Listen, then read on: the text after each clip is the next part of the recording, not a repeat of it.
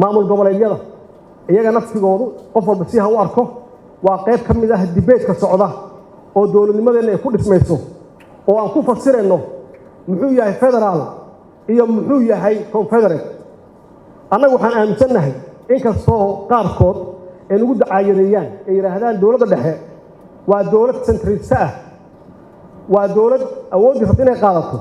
annagu waxaan rahnaa federaalka saxa annagaa ah maxaa yeele waxaan rabnaa dowlad dhexe oo xoog lahan rabnaa waxaan rabnaa dowlad dhexe oo ciidan fiican leh oo dalka difaaci karta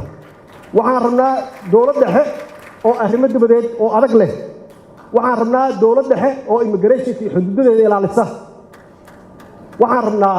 dowlad ciidan adag leh dhaqaalaheedana iyadu kontroolsho karansigeeda iyadu kontroolsho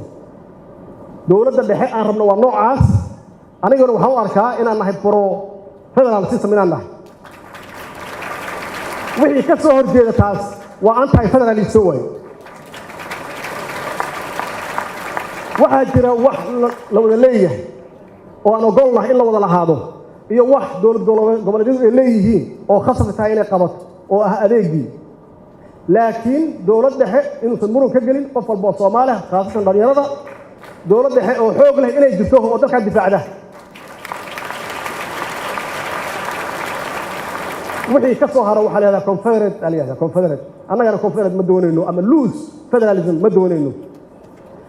macnaheedu waxay tahay wada shaqayn fiican naga dhaxaysa laakiin debate yaan ku jirnaa idinkana waxa la rabaa debate-kaas inaad qayb ka noqotaan oo aad nasaxdaan annagu haddaan khaldannahay xitaa nasaxdaan iyagana aad saxdaan haddii khaldan yihiin